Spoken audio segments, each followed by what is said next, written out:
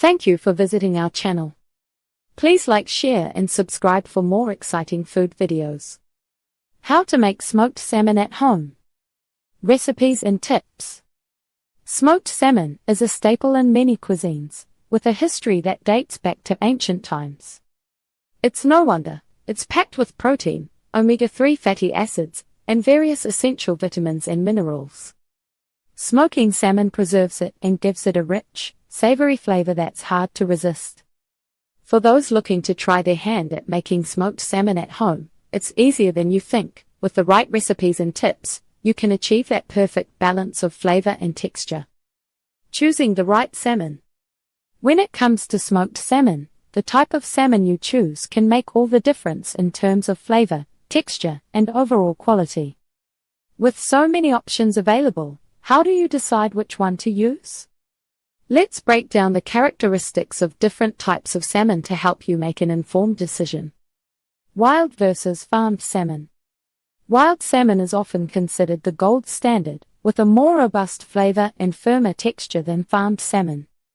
Wild salmon has a more varied diet, which can result in a more complex flavor profile.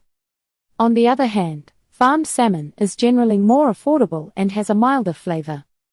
Farmed salmon is also more widely available, making it a convenient option for those who want to try their hand at making smoked salmon at home. So, what's the trade-off? Wild salmon tends to have lower fat content and higher levels of omega-3 fatty acids, while farmed salmon may have higher levels of contaminants like PCBs. Atlantic versus Pacific salmon. Pacific salmon is generally considered to be more flavorful and nutritious than Atlantic salmon.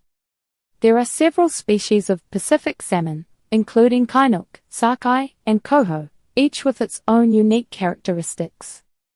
Chinook salmon, for example, has a high fat content, making it ideal for smoking.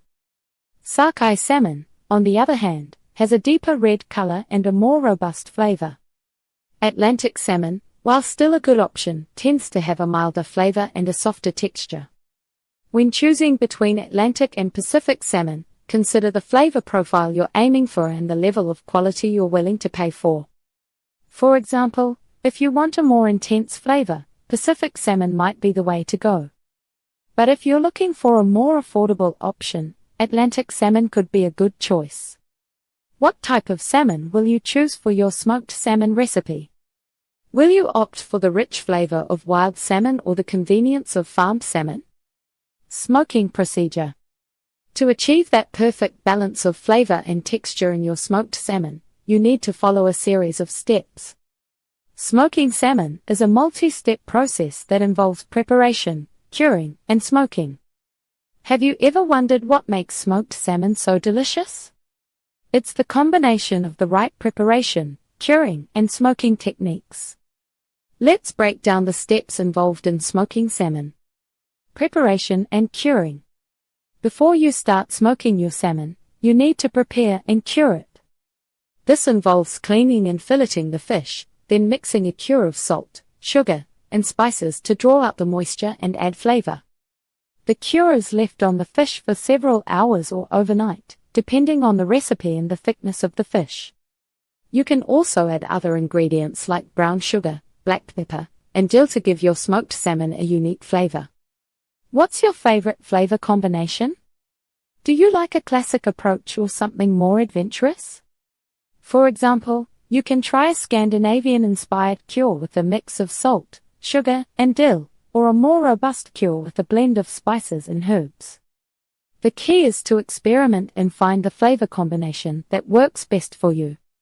To prepare the cure, you'll need to mix the ingredients together in the right proportions.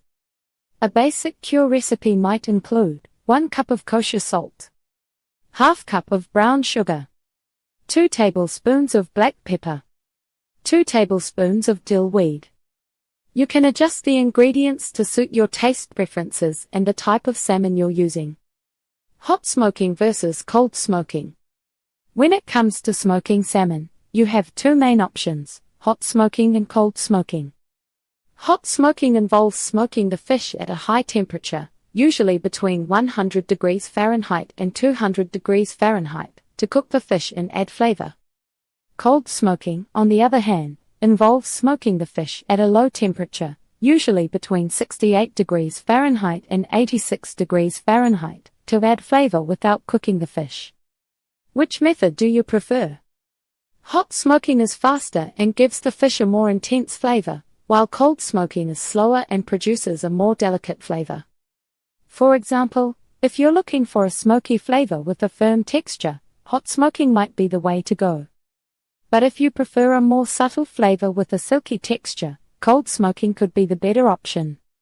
Some popular wood options for hot smoking include alder wood, maple wood, cherry wood. These woods add a rich, fruity flavor to the salmon. For cold smoking, you can use woods like apple wood, oak wood, beech wood. These woods add a subtle, smoky flavor to the fish. That's it for part 1. We've got all the basic steps covered. Stay tuned for part 2 where we'll finish up the process and show you how to add your personal touch to the flavor. See you in a bit. Thank you for watching. Please remember to like, share and subscribe.